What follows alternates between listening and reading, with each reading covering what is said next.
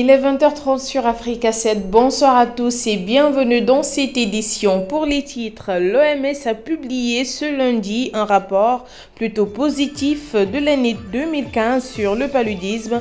Au Sénégal, la maladie pourra être éliminée d'ici 5 ans. Le Sénégal et le Caire veulent renforcer leur coopération à travers le secteur minier. Un séminaire s'est tenu à cet effet à l'ambassade d'Égypte à Dakar ce matin.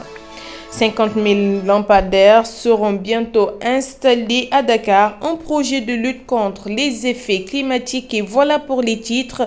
L'Organisation mondiale de la santé a publié ce lundi le rapport 2015 sur le paludisme à l'occasion de la journée de lutte contre la maladie dans le monde. Un bilan plutôt positif qui nous est fait sous forme de synthèse par Codoucène. Le paludisme a connu un net recul ces 15 dernières années à travers le monde, selon le rapport de l'Organisation mondiale de la santé, publié ce lundi en marge de la célébration de la Journée mondiale de lutte contre la maladie. 57 pays ont réduit de 75% le nombre de cas de paludisme au niveau national en 2015, relève le document de 32 pages, traduisant ainsi l'atteinte de la cible 6C des objectifs du millénaire pour le développement liés au paludisme, qui s'était fixé pour but de maîtriser la maladie à l'horizon 2015, conformément à l'objectif défini par l'Assemblée générale de la santé. Toujours selon le document, le paludisme ne constitue plus la première cause de mortalité infantile en Afrique subsaharienne. En effet, le document relève une forte diminution du pourcentage d'infections palustres chez les enfants des régions endémiques d'Afrique, une prévalence parasitaire passée de 33% en 2000 contre 16% en 2015 chez les enfants âgés de 2 à 10 ans. Le rapport souligne aussi une baisse des décès dus au paludisme, ce qui a fortement contribué au progrès par rapport à la cible 4 des OMD, à savoir réduire de 2/3 le taux de mortalité des enfants de moins de 5 ans entre 1990 et 2015. Pour la première fois depuis sa publication par l'Organisation mondiale de la santé OMS d'un compte rendu annuel sur cette maladie, la région Europe de l'OMS rapporte 0 cas de paludisme indigène. 33 pays ont été cités comme allant progressivement vers l'élimination du paludisme en 2015 contre 13 en 2000. L'Organisation mondiale de la santé entame désormais la prochaine étape de sa stratégie technique mondiale de lutte contre le paludisme horizon 2016-2030 qui, entre autres objectifs, entend réduire l'incidence des cas de paludisme au plan mondial par rapport à 2015, au moins 40% en 2020, 75% en 2025 et d'au moins 90% d'ici l'horizon 2030. Le Sénégal pourra éliminer le paludisme d'ici 5 ans et cela grâce à l'illumigène malaria, un nouveau test moléculaire développé par des chercheurs. Il pourra diagnostiquer le paludisme en moins d'une heure. Un reportage de Papa Cheikh Ndiaye Diouf. Chaque matin, le professeur Daouda Ndiaye fait le tour de son laboratoire. Il supervise les recherches en cours. Aujourd'hui, âgé de 45 ans, il a découvert le test illumigène malaria, une découverte présentée comme révolutionnaire dans la lutte contre le paludisme. La nouveauté par rapport à cette découverte, c'est que tout devait être fait au niveau du Sénégal et par les Sénégalais.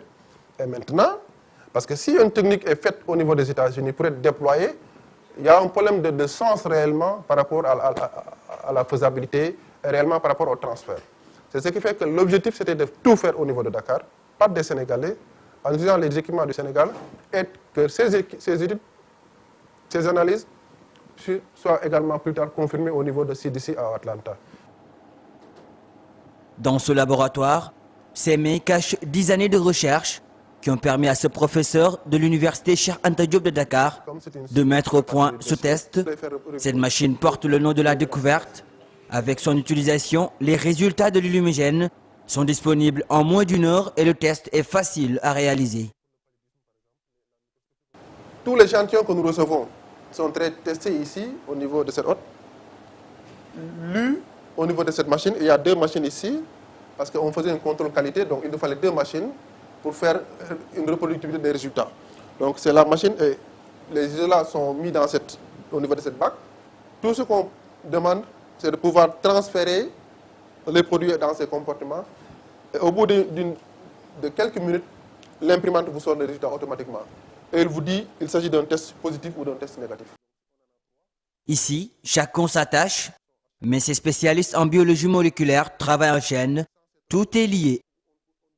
À l'issue de ces manipulations, s'il y a une discordance, on se dit qu'il y a un problème. Donc, au finish, je dois récupérer tous les résultats et voir s'il y a concordance. Et pour l'essentiel des patients que nous avons eu à prélever pour faire les tests moléculaires, nous avons une concordance absolue de 100%. Et donc, c'est vraiment la place où tout a été réellement fait concernant cette découverte. De 36% en 1995, le Sénégal est arrivé à un taux de prévalence du paludisme de 3% en 2015. Illumigène malaria, une découverte, un test innovant, l'élimination du paludisme au Sénégal, un combat qui est en passe d'être gagné. L'Égypte et le Sénégal veulent renforcer leur coopération à travers le secteur minier. Son ambassade à Dakar a convié ce lundi plusieurs entreprises sénégalaises à une série de réunions bilatérales. Un compte-rendu de Djibril William et Mbaye. C'est à travers sa multinationale Micor que l'Égypte compte lancer sa conquête du secteur industriel sénégalais. Présent à Dakar ce lundi, la société minière a entamé une série de séminaires à l'attention des entreprises locales. Objectif, renforcer la coopération sénégalo-égyptienne à travers de nouveaux partenariats. Premièrement, bien sûr, de promouvoir leurs marchandises et d'établir un partenariat avec la partie sénégalaise dans le domaine métallurgique. Je crois que c'est très important. Et c'est pour cela que maintenant qu'ils pensent, après ce séminaire, s'ils peuvent implanter un bureau de représentation pour la compagnie ici en Sénégal, ainsi former les cadres sénégalais dans le domaine métallurgique dans les usines égyptiennes. Je crois que ça c'est quelque chose de très important et ça vient dans le cadre de renforcement des relations très étroites et historiques avec notre pays frère, le Sénégal. 50 ans d'expérience dans la métallurgie et une capacité d'investissement à hauteur de 200 milliards de francs CFA, des atouts non négligeables dont les autorités sénégalaises comptent bien profiter. Le Sénégal dispose d'un important gisement de fer, notamment les mines de fer du Sénégal oriental, avec le projet MIFERSO qui est logé au ministère de l'Industrie et des Mines. Comme vous le savez, on n'a pas encore commencé l'exploitation de ce fer, donc nous sommes toujours à la recherche de partenariats. Et nous passons un partenariat sud-sud entre le Sénégal et l'Égypte devrait pouvoir nous aider à mettre le premier pas dans l'exploitation et dans la valorisation de ces mines de fer. Plusieurs rencontres bilatérales devraient se tenir dans les prochains jours entre entrepreneurs égyptiens et sénégalais. Les autorités égyptiennes qui comptent à travers les 14 filières de la société Micor investir à long terme dans l'industrie sénégalaise. Prochaine étape après le fer, l'exploitation du phosphate local. Merci Jean-Djibril William. Parlons tout à fait d'autre chose. En bref, 50 000 lampadaires solaires seront installés sur l'ensemble du territoire sénégalais. Ce projet s'inscrit dans le cadre du programme régional de développement des énergies renouvelables et de l'efficacité énergétique. Il permettra de contribuer à la lutte contre les effets climatiques, selon le ministre de l'Énergie, Thierno Alassane Sall, qui invite les autorités municipales des villes bénéficiaires à faire une utilisation rationnelle de ces lampadaires solaires et éviter le gaspillage énergétique. Les collectivités locales d'Afrique à Dakar pour échanger sur les mécanismes et difficultés liées à l'emprunt obligataire, une plateforme d'investisseurs, de partenaires économiques, sociaux et pouvoirs étatiques. Daouda Sow et Sanoussi Sané nous en disent un peu plus. Des autorités locales du Sénégal et d'Afrique réunies, les échanges portent sur le bon ou emprunt obligataire des collectivités locales. Une innovation dans le financement de leurs projets, mais des critères d'éligibilité sont nécessaires. Le premier choix, c'est d'être crédible. Vous savez, le marché, c'est comme la personne qui a son argent, qui l'investit. Elle ne l'investira que quand elle a confiance. Donc il faut que le projet soit bon, il faut que le collectivité locale soit crédible, il faut que la gestion soit bonne, il faut que le projet soit rentable. Si ces conditions sont réunies, l'investisseur, lui, il achète le bon. Mais si ce n'est pas fait, il ne s'engage pas. Experts des marchés financiers, représentants des collectivités et des pouvoirs publics, tous débattent de la nécessité des garanties de l'emprunt. au Sénégal, une collectivité locale peut faire un emprunt sans la garantie de l'État. La réglementation de l'UEMOA exige de la collectivité locale que l'État émette un avis de non-objection. Dakar a été choisi comme commune pour le lancement de l'emprunt obligataire, une phase pilote qui a fini en justice, l'affaire opposant la mairie de Dakar au ministère de l'économie et des finances. Dakar n'était que le précurseur, mais près de 20 villes étaient en attente de lancer leurs bons. Donc nous sommes en train de réfléchir sur la meilleure manière de faire en sorte que les collectivités locales africaines puissent lancer des bons dans des conditions d'efficacité et d'efficience. Mais les autorités étatiques tiennent à préciser qu'il n'existe aucune opposition aux emprunts des collectivités. L'État encadre juste les mécanismes pour éviter toute conséquence malheureuse. Des villes comme Rio de Janeiro, la ville de Détroit aux États-Unis, ont fait des émissions de bons municipaux qui ont été dénoués par le gouvernement fédéral. Donc si à ce niveau, on a des défauts, il ne faut pas exclure qu'au niveau de nos collectivités locales, qui sont de moindre envergure au plan technique, au plan financier, qu'on puisse avoir des défauts qui demain pourraient avoir des répercussions sur la crédibilité, l'image du Sénégal et également la stabilité du marché sous-régional que nous partageons avec les autres pays de l'UEMOA. Ce forum de l'emprunt obligataire se tient sur 2 jours. Il va permettre aux collectivités de trouver avec leurs partenaires les voies et moyens de réussir leurs bons ou emprunts. En bref, l'armée sénégalaise a détruit de vastes étendues de champs de drogue en Casamance dans le cadre de ses actions de sécurisation et de lutte contre les trafics illicites. L'opération s'est déroulée autour des localités de Djoudi et Djeyé à une vingtaine de kilomètres au nord de Sindian dans le département de Bignona. Nombreux professeurs d'Afrique francophone quittent le continent pour exercer aux États-Unis, mais rarement en France, un fait qui s'explique par l'ouverture et le manque de complexité des universités américaines. Fatou Cissé.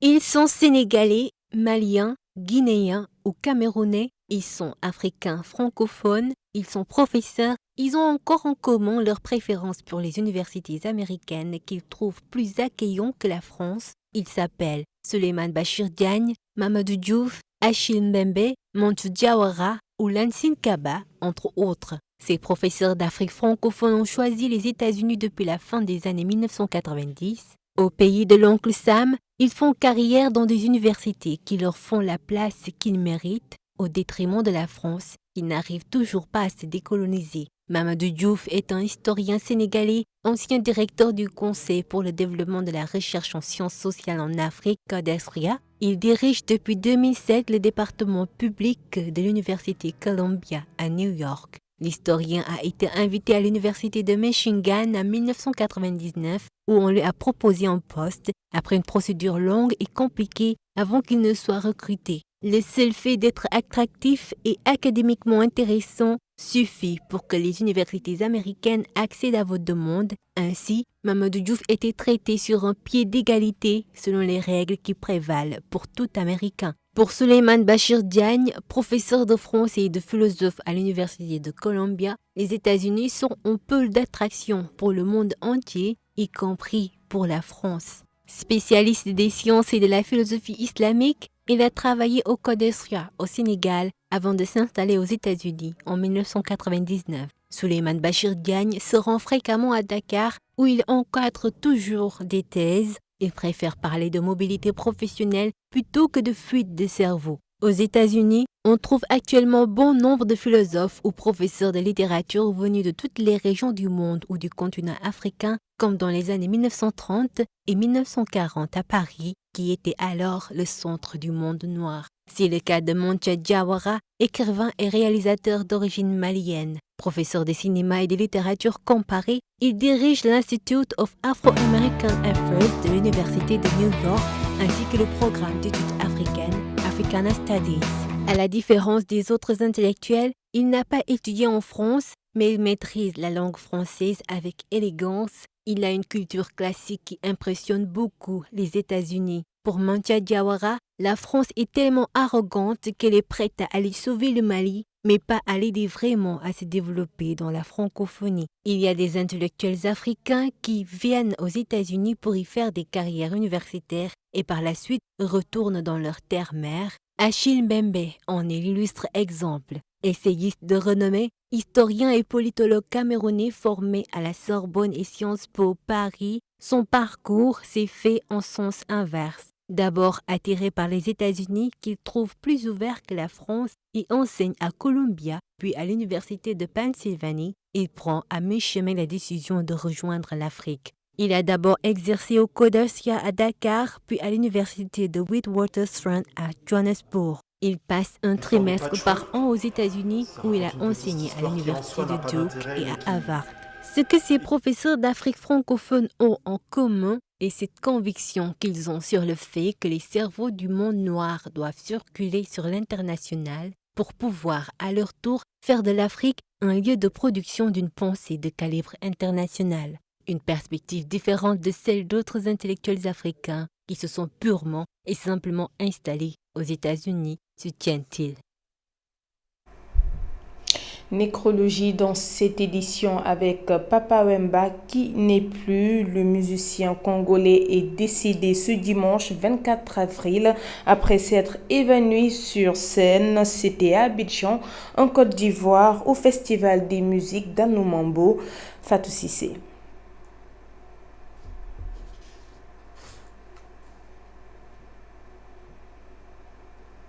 Et voilà, comme je le disais à l'instant, le chanteur Papa Wemba n'est plus. Le musicien congolais est décédé ce dimanche 24 avril après s'être évanoui sur scène. C'était à Abidjan, en Côte d'Ivoire, au Festival des musiques d'Anoumambo.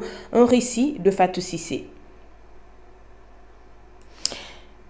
On nous informe à l'instant que l'élément n'est pas disponible. Passons à présent à l'actualité internationale que nous ouvrons avec le Soudan du Sud où le chef rebelle Riek Machar est attendu ce lundi à Juba. Au Yémen, une offensive a permis de reprendre un bastion du groupe djihadiste d'Al-Qaïda.